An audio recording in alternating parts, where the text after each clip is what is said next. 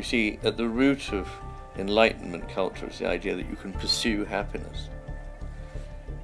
Nothing is further from the truth. The more you pursue it, the harder it is to find.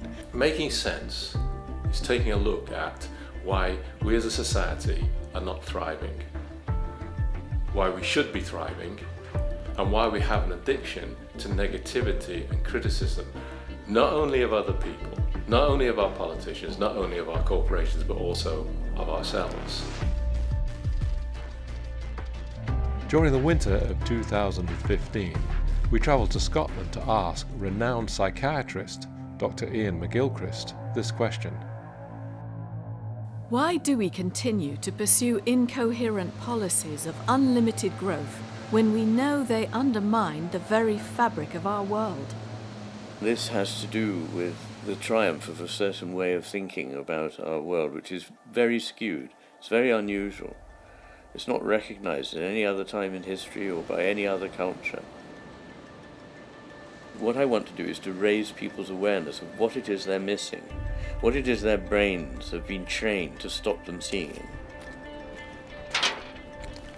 3 times elected a Fellow of All Souls College, Oxford, Iain McGilchrist is a psychiatrist and brain researcher who has spent his life understanding the way the brain shapes culture.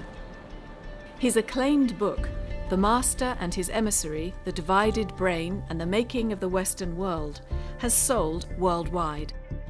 The purpose of the left hemisphere is to enable us to manipulate the world, and the purpose of the right hemisphere is to enable us to relate to and understand the world.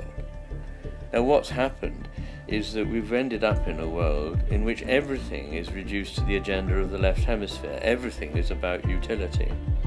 McGilchrist believes the difficulties we face are because we have replaced the overview of the right hemisphere with the narrower, more mechanistic approach of the left. It's much easier to follow this simple pattern. Look, it's all very basic. It's just a machine. Get used to it. It's what made us powerful in the West. It's what the Industrial Revolution taught us. You do this, you make machines, you make money. They enable you to grab resources. It's made us good at grabbing, good at getting, but not good at understanding the world, not good at understanding what we're here for, what the purpose of life might be, where our moral sense comes from, what our aesthetic sense is, and where our sense of the spiritual comes from. I mean, one absolutely central point here is that there is nothing wrong whatever with the left hemisphere. It's not pathological, does it? It just doesn't know its own limitations. It's very good, a very good tool, a very good servant. It helps us to understand and see lots of things, but it can't become the master. It can't become the one that tells us everything. The right hemisphere is able to see something that philosophers and physicists also are more able to tolerate, which is the idea that not everything may be consistent. There may be inconsistencies built into the universe. Something and its opposite may be true. But we're not happy with it. We want to have a model in which everything is consistent.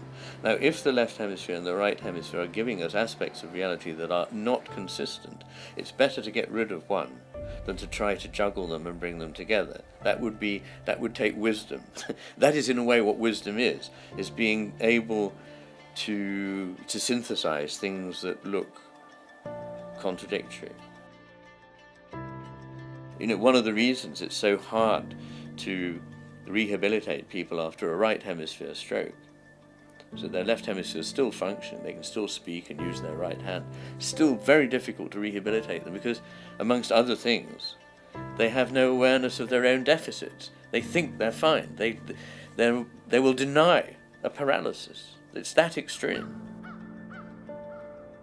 You know, every medical student has seen this. Somebody comes in the night having had a right hemisphere stroke, so they're now relying only on their left hemisphere.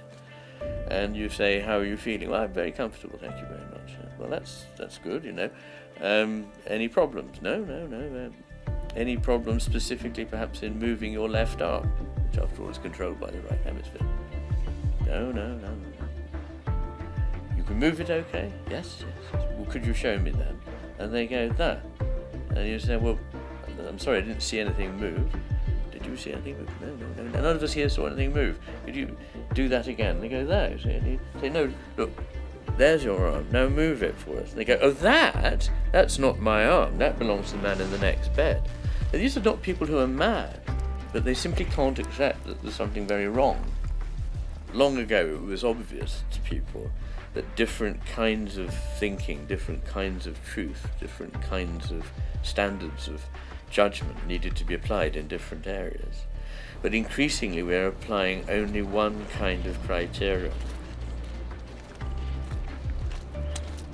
If you're trained in school to think in a certain way, that things follow rules in the way a computer would, you don't attend to all sorts of other things that you're experiencing and that life is telling you. You simply block them out. The difficulty is that almost everything that we really value can't be gone straight forward and got. And this is like happiness. You see, at the root of Enlightenment culture is the idea that you can pursue happiness. Nothing is further from the truth. The more you pursue it, the harder it is to find.